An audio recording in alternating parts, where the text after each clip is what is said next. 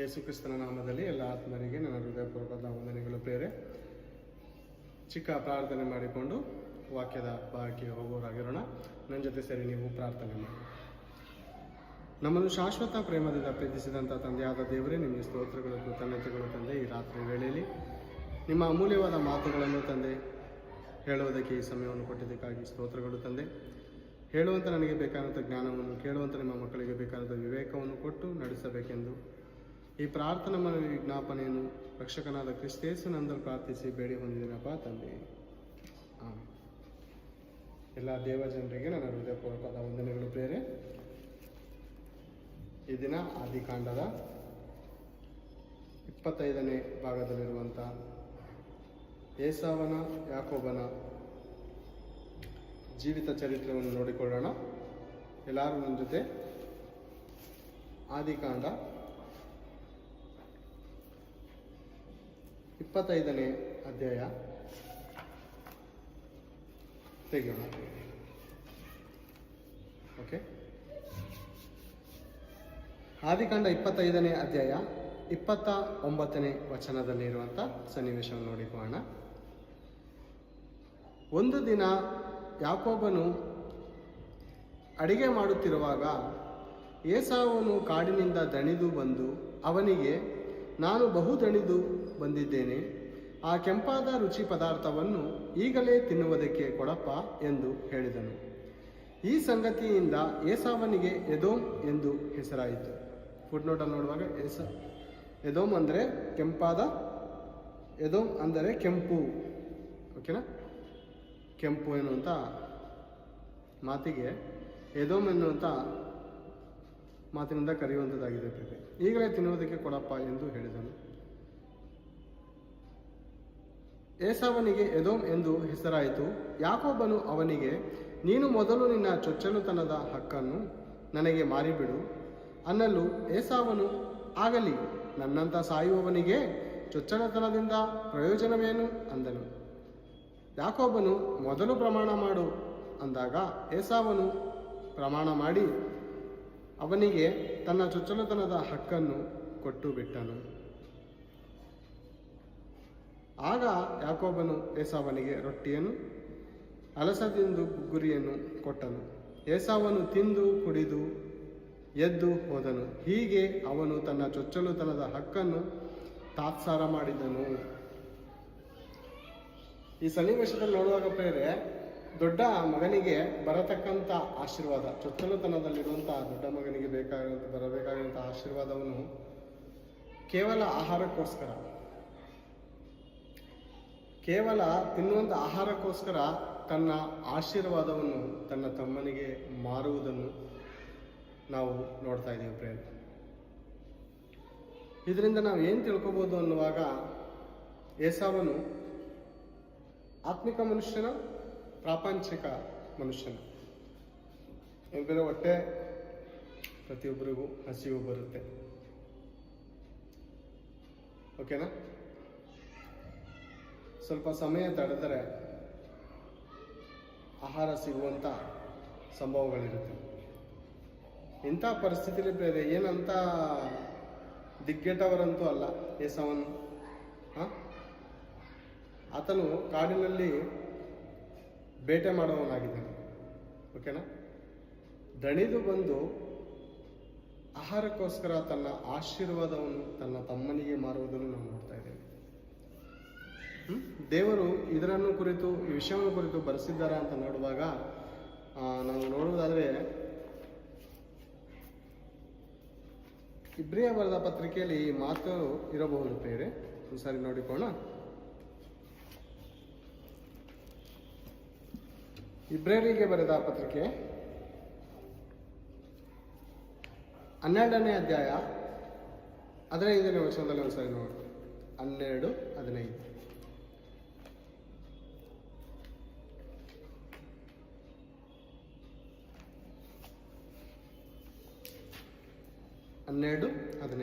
Okay. ಪರಿಶುದ್ಧತೆ ಇಲ್ಲದೆ ಯಾವನು ಕರ್ತನನ್ನು ಕಾಣುವುದಿಲ್ಲ. ನಿಮ್ಮಲ್ಲಿ ಯಾವನಾದರೂ ದೇವರ ಕೃಪೆಗೆ ತಪ್ಪಿ ಹಿಂಜರಿಯದಂತೆ, ದೇವರ ಆಶೀರ್ವಾದಕ್ಕೆ ತಪ್ಪಿ ಹಿಂಜರಿಯದಂತೆ ಏಸಾವನು ಏನ್ ಮಾಡ್ದ? ದೇವರ ಆಶೀರ್ವಾದಕ್ಕೆ ತಪ್ಪಿ ಹಿಂಜರುಗೋದ. ನನ್ನಂತ ಸಾಯುವವನಿಗೆ ಆಶೀರ್ವಾದ ಎಂತಕ್ಕೆ ಅಂದ್ರೆ, ಒಂದೊತ್ತು ಆಹಾರವಿಲ್ಲವಂದ್ರೆ ಸಾಯುವಷ್ಟು ಬಲಹೀನತೆನ? ಅಂದ್ರೆ ದೇವರಿಂದ ಬರುವಂತ ಆಶೀರ್ವಾದವನ್ನು ಎಷ್ಟು ಕೇರ್ಲೆಸ್ ಮಾಡಿದ್ದಾನೆ ಅಂತ ಆಲೋಚನೆ ಮಾಡಿ. ಈ ದಿನ ದೇವರ ಸೇವೆ ಮಾಡುವಂತ ಸೇವಕರಾಗಿರ್ಬೋದು, ಸೇವಕಿಯರಾಗಿರ್ಬೋದು, ಅಥವಾ ವಿಶ್ವಾಸಿಗಳಾಗಿರ್ಬೋದು, ಸಹೋದರ ಸಹೋದರಿಯರಾಗಿರ್ಬೋದು, ಇದನ್ನ ನಾವು ಆಲೋಚನೆ ಮಾಡೋಣ. ನಾವು ದೇವರನ್ನು ಹಿಂಬಾಲಿಸ್ತಾ ಇರ್ಬೋದು. ದೇವರನ್ನು ಹಿಂಬಾಲಿಸ್ತಾ ಇರೋದು ನಾವು ಎಂತಕ್ಕೋಸ್ಕರ? ಒಂದೊತ್ತು ಕೂಳಿಗೋಸ್ಕರನ? ಆಹಾರಕ್ಕೋಸ್ಕರನ? ಪ್ರೇರೆ ಆಲೋಚನೆ ಮಾಡೋಣ ನಾವು. ನಮ್ಮ ಜೀವಿತ ತಿನ್ನೋದಕ್ಕೋಸ್ಕರನ, ಕುಡಿಯೋದಕ್ಕೋಸ್ಕರನ?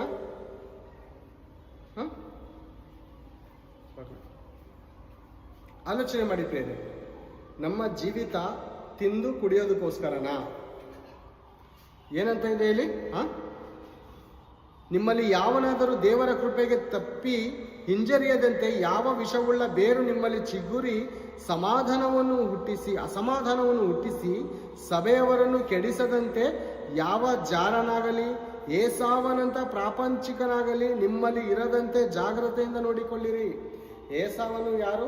ಪ್ರಾಪಂಚಿಕನು, ಅಂದ್ರೆ ಭೌತಿಕವಾದಂತ ಆಶೀರ್ವಾದಕ್ಕೋಸ್ಕರ ಕಾಯ್ತಾ ಇರೋವನು. ಅಂದ್ರೆ ಈ ಹೊಟ್ಟೆ ತುಂಬಿಸ್ಕೊಳ್ಳೋಕ್ಕೋಸ್ಕರ ಆಶೀರ್ವಾದವನ್ನು ಕಳ್ಕೊತಾ ಇದ್ದಾನೆ ಪ್ರೇರೆ. ಈ ದಿನ ಪ್ರೇರೆ ನಾವೆಲ್ಲರೂ ಆಲೋಚನೆ ಮಾಡೋಣ ಪ್ರೇರೆ. ಈ ದಿನ ನಾವು ಆಲೋಚನೆ ಮಾಡೋಣ, ದೇವರ ಬಳಿಗೆ ಯಾವುದಕ್ಕೋಸ್ಕರ ನಾವು ಬರ್ತಾ ಇದ್ದೀವಿ. ಒಂದು ಕಾಲದಲ್ಲಿ ಯೇಸು ಕ್ರಿಸ್ತನು ಒಂದು ಸ್ಥಳದಿಂದ ಕಾಣೆಯಾದಾಗ ಅಲ್ಲಿರುವಂತ ಜನರು ಏನ್ ಪ್ರೇರೆ ಗಾಬರಿಯಾಗಿ ಓಡ್ತಾ ಇದ್ದಾರೆ. ಯೇಸು ಕ್ರಿಸ್ತನು ಇಲ್ಲಿ.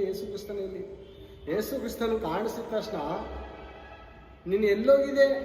ನಿಮ್ಮನ್ನು ನಾವು ಎಲ್ಲೆಲ್ಲೂ ಹುಡುಕ್ದೋ ಗೊತ್ತಾ? ಎಂತ ಹುಡುಕ್ದ್ರಿ? ಎಂತ ಹುಡುಕ್ದ್ರಿ ನೀವು? ರೊಟ್ಟಿಯನ್ನು ತಿಂದು ಹೊಟ್ಟೆ ತುಂಬಿಸಿಕೊಂಡದ್ದರಿಂದ. ಹೌದಲ್ವಾ? ಯೇಸು ಕ್ರಿಸ್ತನು ಹೇಳಿದಂತ ಮಾತು. ನೀವು ಅದ್ಭುತ ಸೂಚಕಾರ್ಯಗಳನ್ನು ನೋಡಿದಲ್ಲ, ಹೊಟ್ಟೆಯನ್ನು ತುಂಬಿಸಿ ರೊಟ್ಟಿಯನ್ನು ತಿಂದು ಹೊಟ್ಟೆ ತುಂಬಿಸಿಕೊಂಡದ್ದರಿಂದ ನನ್ನನ್ನು ಹುಡುಕ್ತಾ ಇದ್ದೀರಾ. ಅಂದ್ರೆ ಬಟ್ಟೆಗೋಸ್ಕರ ನನ್ನನ್ನು ಹುಡುಕ್ತಾ ಇದ್ದೀರಾ ಹೊರತು ಪರಲೋಕದ ಆಶೀರ್ವಾದಕ್ಕೋಸ್ಕರ ನನ್ನನ್ನು ಹುಡುಕ್ತಾ ಇಲ್ಲ ಅಂತ ಯೇಸು ಕ್ರಿಸ್ತನು ವೇದನೆಯಿಂದ ಆ ಮಾತನ್ನು ಹೇಳ್ತಾ ಇದ್ದಾನೆ. ಏನು ಒಳಗಡೆ ಯೇಸು ಕ್ರಿಸ್ತನ ಚಿಂತೆ ಪಡ್ತಾ ಇದ್ದಾನ? ಅಯ್ಯೋ, ಆಕಾಶದ ಪಕ್ಷಿಗಳನ್ನು ನೋಡಿರಿ, ಅದು ಬಿತ್ತುವುದಿಲ್ಲ, ಕುಯ್ಯುವುದಿಲ್ಲ, ಕಣಜಗಳಲ್ಲಿ ಕೂಡಿಟ್ಟುಕೊಳ್ಳುವುದಿಲ್ಲ. ಹಾಗಿದ್ದರೂ ಪರಲೋಕದಲ್ಲಿರುವಂತ ನಿಮ್ಮ ತಂದೆಯಾದ ದೇವರು ಅವ್ರನ್ನ ಸಾಕ್ತಾ ಇರಬೇಕಾರೆ ನೀವು ಅವ್ರಿಗಿಂತ ಹೆಚ್ಚಿನವರಲ್ಲವೇ? ಜೀವಾಧಾರಕ್ಕೆ ಏನು ಊಟ ಮಾಡಬೇಕು, ಏನು ಕುಡಿಬೇಕು, ಏನು ತಿನ್ಬೇಕು ಅಂತ ಆಲೋಚನೆ ಮಾಡದೆ ದೇವರ ರಾಜ್ಯಕ್ಕೋಸ್ಕರ, ನೀತಿಗೋಸ್ಕರ ತವಕ ಪಟ್ರೆ ಇವುಗಳು ಕೂಡ ಸೇರಿಸಿ ಅವು ಬರುವುದು. ಇದರಲ್ಲಿ ನಿಮ್ಗೆ ಆಶೀರ್ವಾದ ಬರತಕ್ಕಂಥ ಕೊಡ್ತಾರೆ ದೇವರು. ಅಂದ್ರೆ ಮೊದಲು ಎಲ್ಲೋ ಒಂದ್ ಕಡೆ ಹೋಗ್ತೀವಿ ಬೇರೆ, ಡಿಮಾರ್ಟೇ ಅನ್ಕೊಳ್ಳಿ. ಡಿಮಾರ್ಟ್ಗೆ ಹೋದಾಗ ನೀವು ಒಂದು ಪದಾರ್ಥವನ್ನು ಕೊಂಡುಕೊಂಡುವುದರಿಂದ ಅದರ ಹಿಂದೆ ಒಂದು ಉಚಿತವಾದಂಥ ಪದಾರ್ಥ ನಮಗೆ ಸಿಗುವಂಥದ್ದಾಗಿದೆ. ಅಂದರೆ buy one get one free. ಓಕೆನಾ? buy one get one free. 2 ತಗೊಂಡ್ರೆ 1 ಫ್ರೀ, ಅಥವಾ 1 ತಗೊಂಡ್ರೆ 1 ಫ್ರೀ, ಅಥವಾ 1 ತಗೊಂಡ್ರೆ 2 ಫ್ರೀ ಇರುತ್ತೆ. ಯಾವಾಗಾದ್ರು ತಗೊಂಡಿದ್ದೀವಿ ಫ್ರೀ. ಓಕೆನಾ? ಈಗ ದೇವ್ರು ಹೇಳುವಂಥ ಮಾತು, ಮೊದಲು ದೇವರ ರಾಜ್ಯಕ್ಕೋಸ್ಕರ ತವಕ ಪಡಿ, ದೇವರ ನೀತಿಗೋಸ್ಕರ ತವಕ ಪಟ್ರೆ ಇವುಗಳು ತಗೊಂಡಾಗ ಹಿಂದೆ ನಿಮಗೆ ಉಚಿತವಾದಂಥ ಬೇಕಾಗಿರುವಂಥ ಆಹಾರ ಪಾನಗಳು ದೇವರು ಕೊಡೋದಕ್ಕೆ ಶಕ್ತನು.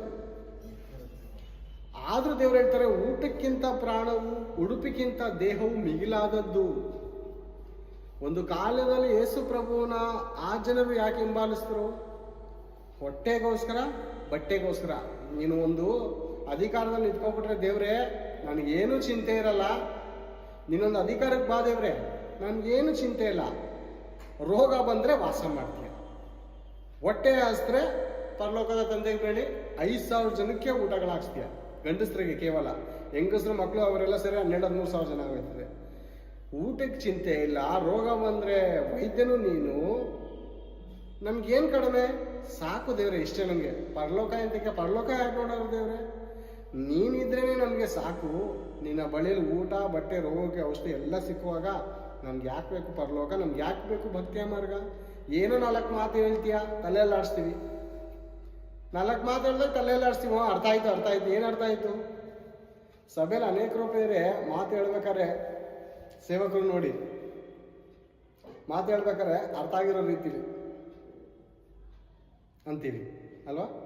ಆದರೆ ಮಾತು ಒಳಗಡೆ ಹೋಗುತ್ತಾ? ಅದು ಒಬ್ಬನು ಸಂತೋಷದಿಂದ ವಾಕ್ಯವನ್ನು ಸ್ವೀಕರಿಸಿದ್ರು ಅವನಲ್ಲಿ ಬೇರಿಲ್ಲದ ಕಾರಣಕ್ಕೆ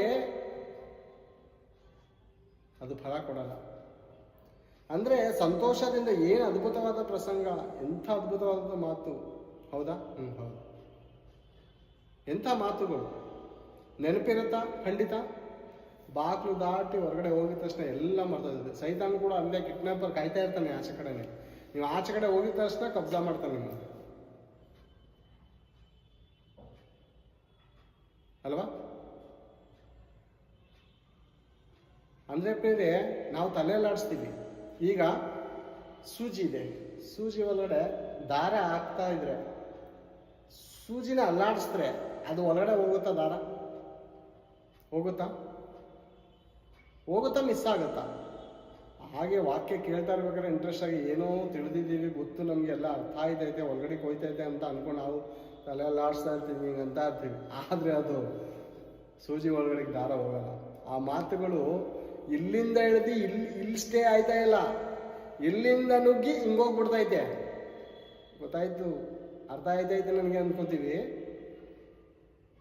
ಸೂಜಿಗೆ ದಾರ ಹಾಕ್ಬೇಕಾದ್ರೆ ಅಲ್ಲಾಡಿದ್ರೆ ಹೇಗೆ ಹೋಗ್ಬಿಡುತ್ತೋ ಹಾಗೆ ಮಾತು ಹೇಳಬೇಕಾದ್ರೆ ನಾವೆಲ್ಲ ಅರ್ಥ ಆಯ್ತೈತೆ ಅಂತ ತಲೆಯಲ್ಲಿ ಆಡಿಸ್ತಾ ಇರ್ತೀವಿ. ಆದರೆ ಎಲ್ಲೂ ಹೋಗುತ್ತೆ.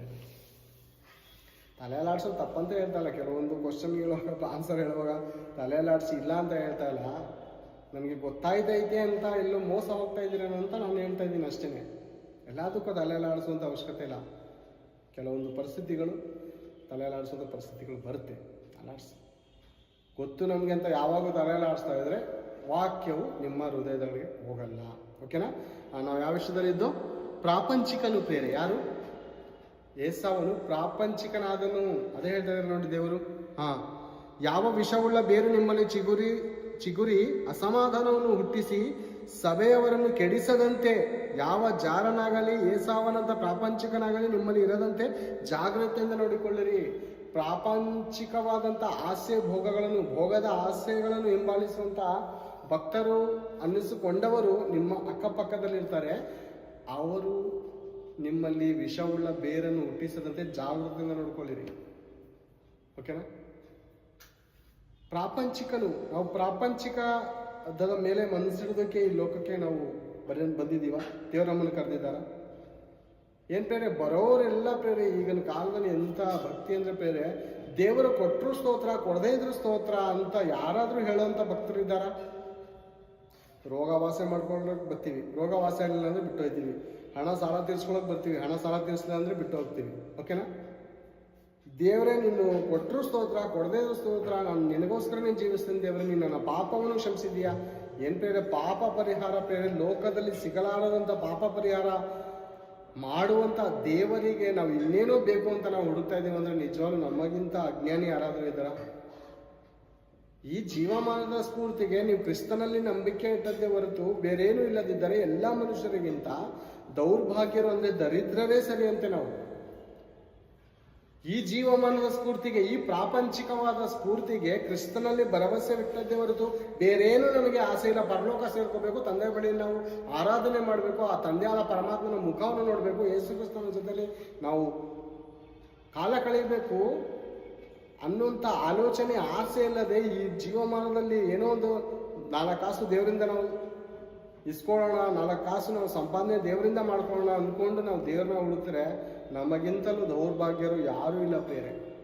ಆಲೋಚನೆ ಮಾಡೋಣ ಪ್ರೇರೆ. ಹಣದಿಂದ ಸಮಾಧಾನ ಇದೆಯಾ? ಹಣದಿಂದ ನೆಮ್ಮದಿ ಇದೆಯಾ? ನೆಮ್ಮದಿ ಸಮಾಧಾನ ಇದೆಯಾ ಪ್ರೇರೆ? ಜ್ಞಾನೋಕ್ತಿಗಳಲ್ಲಿ ಒಬ್ಬ ಭಕ್ತನ ಪ್ರಾರ್ಥನೆ ಒಂದು ಸಾರಿ ನೋಡೋಣ ಪ್ರೇರೆ, ಆತನ ಎಂತ ಪ್ರಾರ್ಥನೆ ಮಾಡ್ತಾನಂತ. 30ನೇ ಅಧ್ಯಾಯ 7ನೇ ವರ್ಷದಿಂದ ಒಂದು ಮಾತನ್ನು ನೋಡಿಕೋಣ. ಯಾಕೆ ಈ ಭಕ್ತನ ಈ ರೀತಿ ಪ್ರಾರ್ಥನೆ ಮಾಡ್ತಾ ಇದ್ರೆ ಅನೇಕ ಸಾರಿ ನಾವು ಕೇಳಿರ್ತೇವೆ ಮಾತು.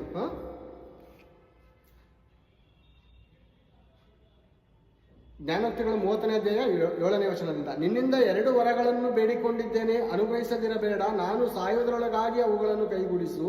ನನ್ನಿಂದ ಕಪಟವನ್ನು, ಸುಳ್ಳು ಮಾತನ್ನು ತೊಲಗಿಸು.